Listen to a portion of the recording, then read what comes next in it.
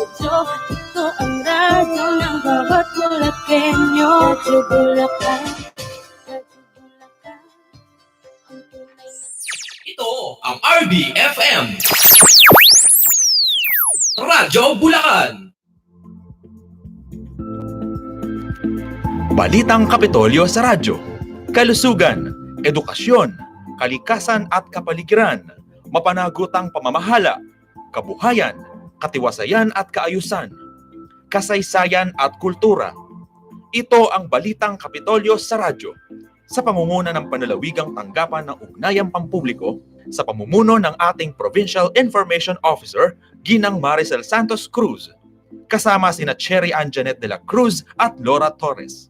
Humanda ng makinig sa isang oras na talakayan tungkol sa pamahalaang panlalawigan. Ito ang Balitang Kapitolyo sa radyo.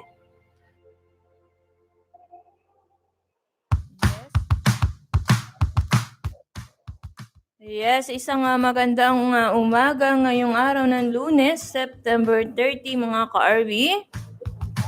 Ngayon nga po ang programa ng Balitang Kapitolyo. At makakasama po natin sa kabilang linya si Ma'am Cherry. Oo, dahil sila nga po ay na mayroong gawain. So sila po ngayon ay nasa kabilang linya po. Yes, Ma'am Cherry, good morning po. Yes, hello, good morning. Yan. Narinig ba ako? Ayan. Yes po. Sige po, Ayan. Go ahead po. Okay, so good morning po. Good morning po sa ating lahat. Siyempre po, dito po tayo sa Balitang Kapitolyo sa radyo. Magsasama-sama po tayo sa isang oras na balitaan. Pero ngayon po, no, medyo maiksi lamang po yung ating pagbabalita. Ako po ang inyong makakasama today, si Cherry Anjanet de la Cruz ng Provincial Public Affairs Office.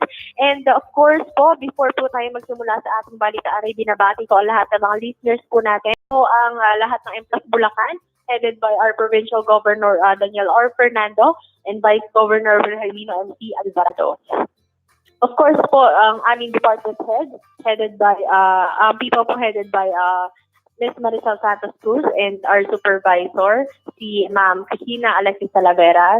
Ang supervisor po ng AIAD ay si Ma'am Lenny Chapco, and ang OIC po ng Special Division is Ate Sheila Resplandor. And of course, lahat po ng aming ka-office mate dito po sa Provincial Public Affairs Office. And of course po, before po tayo mag-start, I just want to greet ang mga birthday celebrants. Yan, ngayong September 30, 2019, especially my friend, Allen Reyes, happy birthday. And Jomo Santos Kaluwag, happy birthday. Kay baby David Lincoln Torres, happy birthday. Yan, wish ko sa'yo, I pray na laging masunurin sa magulang. Yan.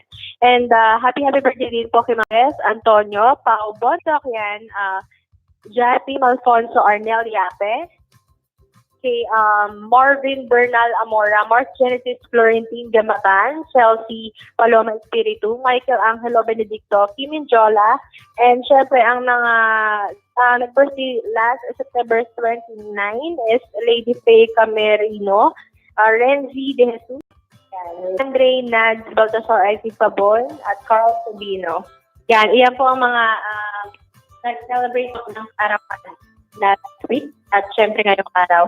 At para po sa ating balitaan,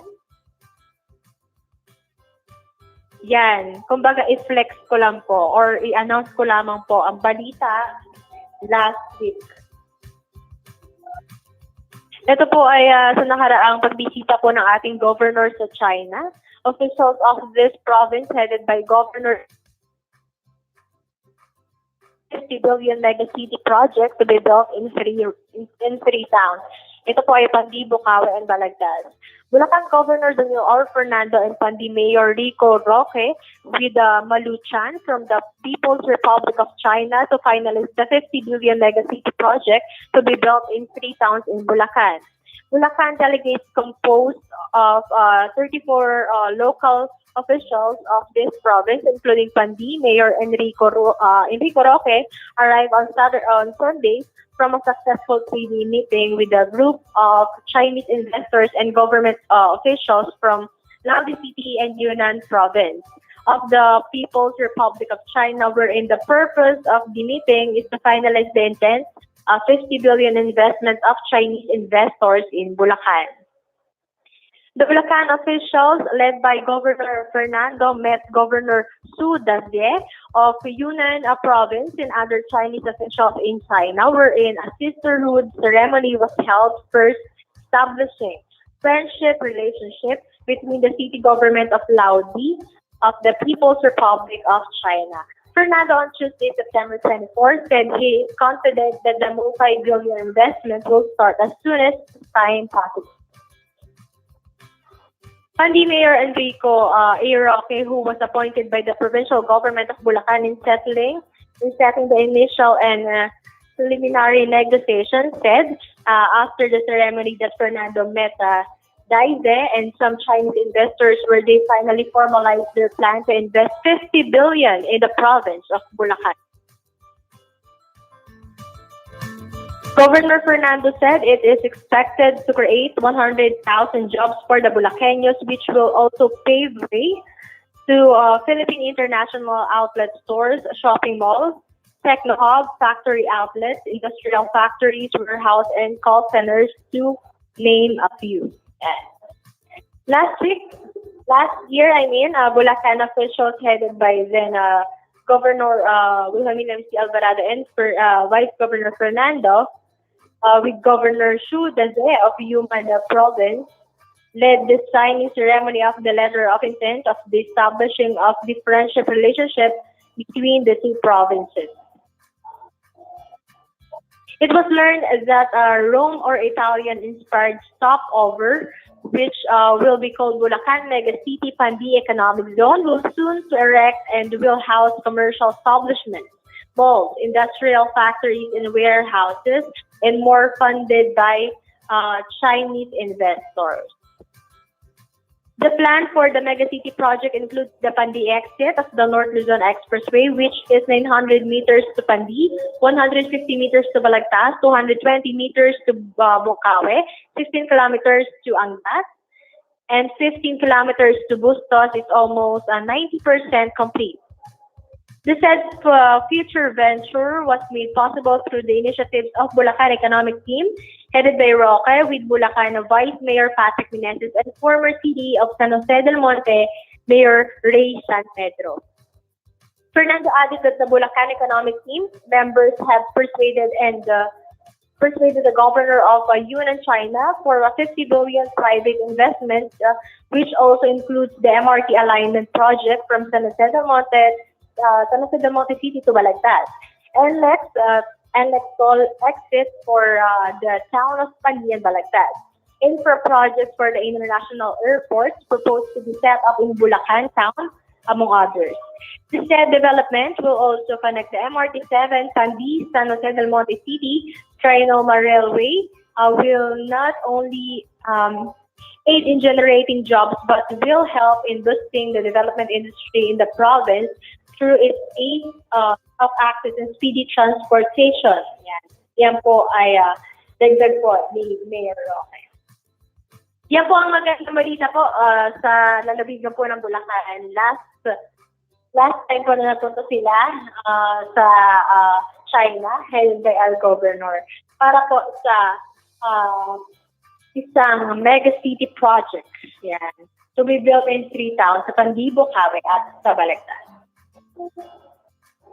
Isa pa nga po sa ating balita, Kalihim Tugade tinalakay ang North-South Commuter Railway. Nakipagpulong si Kalihim Arthur Tugade ng Department of Transportation sa mga matataas na opisyal sa pamumuno nila Governor Daniel R. Fernando at Vice Governor Wilhelm. Kasalukuyan ng isa ng North-South Commuter Railway mula Kalolo.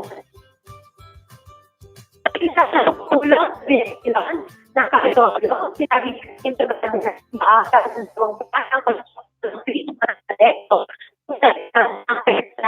sa naging isang kumpanya kasama ang international firms ang nagpakita ng interes na makiisa sa bidding para sa ikalawang bahagi ng proyekto. Humiling din ang kalihim ng transportasyon ng tulong mula sa pamahalaang lokal kaugnay ng pagproseso ng mga permit sa paggawa. permit sa mga affected utility provider at pahintulot upang makapasok na kung saan ay kinumpara ng punong bayan at lungsod ng kanilang pagsuporta. Sa bahagi naman ng pamahalaang panlalawigan ng Bulacan, inilungkahi ni Daniel R. Fernando ang pagtatayo ng mga underpass sa halip na footbridge na ayon sa kanya ay mas madaling magagamit ng mga senior citizens at mga taong may kapansanan na ayon kay Kalihim Tugade ay kanilang isinasaalang-alang. Ipinahayag naman ni Kalumpit Mayor Jeffy Diaz-Sus ang kanyang pagkabahala sa relokasyon ng Kalumpiteño sa maapektuhan ng konstruksyon ng istasyon sa kanilang bayan.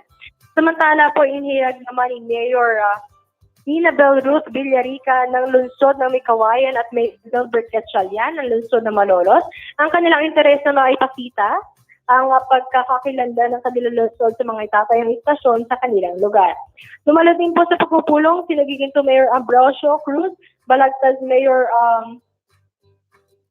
Eladio Gonzalez Jr. hanggat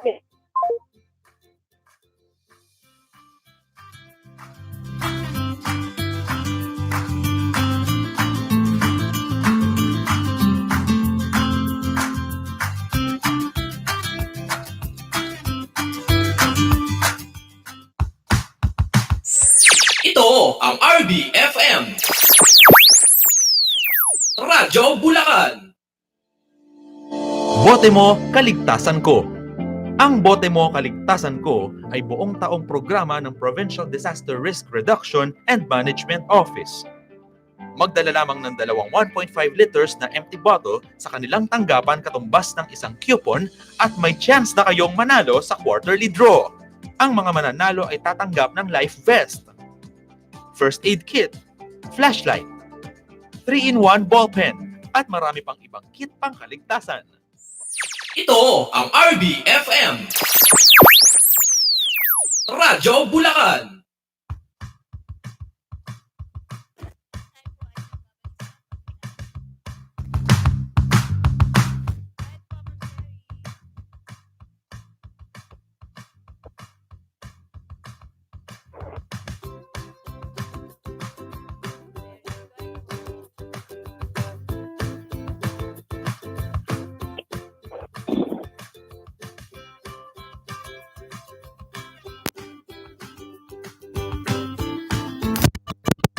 Ayan, sa kadugtog po na ating pagbabalita. Samantala, inihayag naman nila Mayor Ninabel Ruth Villarica na lungsod ng Mikawayan at Mayor Gilbert Gatchalian na lungsod ng Malolos ang kanilang interes na maipakita ang pagkakakilanlan ng kanilang lungsod sa mga itatayong estasyon sa kanilang lugar.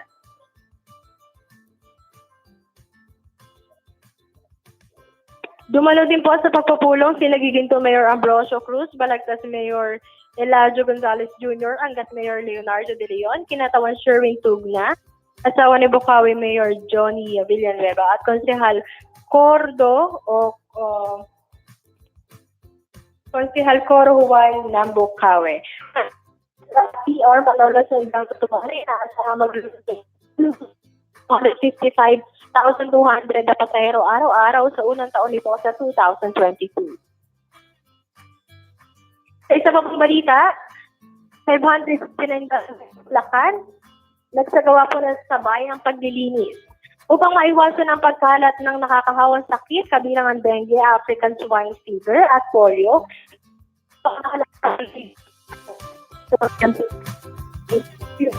Government, International Coastal Cleanup, Philippines na sabay ang paglilinis sa lahat po ng 569 na barangay sa Bulacan noong Sabado, September 28, 2019. Tinutukan po ng pamahalaan panlalawigan ng malinis na kapaligiran bilang isa sa mga prioridad sa The People's Agenda 10, kaya naman hinikayat ni Governor Daniel R. Fernando ang bawat isang Bulakenyo, lalo na mga kawani ng pamahalaan na makiisa sa sabayang paglilinis at gawin ang kanilang bahagi upang matulungan, mapangalagaan at maisalba ang kaligtasan. Bago po ito, mas nag-iisag na rin na nakibahagi ang Bulacan sa iba't ibang clean-up drives Kabilang po ang Battle for Manila Bay na ginanap noong January po, noong Enero sa taong ito. Isang advokasya ng pamahalaang nasyonal sa pamamagitan ng Department of Environment and Natural Resources upang buhayin po ang Manila Bay. Ang sabayang paglilinis ay produkto po ng 5 araw na Barangay Summit na ginanap sa Balagtas Hall ng Hiyasan Bulacan Convention Center noong September 16, 17, 18, 20 at 24. Kasama ang mga kapitan sa lahat ng barangay ng Bulacan.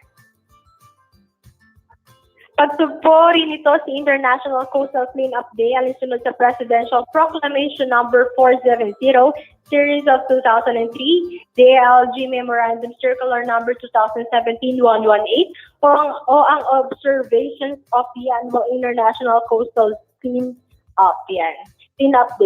At ang DALG Memorandum Circular Number 2019-09 o ang Manila Bay Cleanup Rehabilitation and Preservation Project. Yan po ang balita natin last week dito po sa Balitang Kapitolyo sa radyo. And of course, every day po marami po tayong aabang mga importanteng balita na makatutulong sa atin, especially tungkol po sa kaganapan po ng pamahalaang panlalawigan ng Bulacan, tungkol po sa ating lalawigan, and tungkol po sa ating kalusugan, kabuhayan, at lahat po ng kategorya sa ating buhay, matutulungan po tayo dito po sa mga programa po ng balita ng pamahalaang panlalawigan ng Bulacan, especially ng Balitang Kapitolyo sa radyo. Kaya po sana po lagi po tayong makinig sa 103.9 dahil bilang Bulacanyo malaki po ang may tutulong sa atin ito, kaalaman, mga announcement at mga karapatan natin bilang isang Bulacanyo. Kaya maraming salamat po sa mga tumutok po sa atin. Medyo short time lang po tayo ngayon kasi nagkaroon po ng conflict of schedule yan. At, pero tuloy-tuloy pa rin po ang ating pagbabalita. Hindi po pwede hindi magbalita para po sa ating mga kalalabigang Bulacanyo sa pamamagitan po ng Balitang Kapitolyo sa radyo. And of course, before po tayo tapos, binabati ko nga rin po pala ang aking nanay na nakikinig po ngayon. Ayan, ang aking nanay na si Marita de la Cruz, ang aking tatay Ricardo de la Cruz, at ang aking pamangkin especially na si Baby Jaira Summer. Hello sa inyo lahat dyan. At syempre po sa ating mga tagapakinig, lagi po tayong mag-ingat. Yan, at mag-ingat po tayo and God bless po sa atin ngayon. Unang araw po ulit ng pasok sa mga nag-aaral at syempre sa mga nagtatrabaho. Kaya po, be a blessing on your work today and God bless po sa ating lahat. Maraming salamat.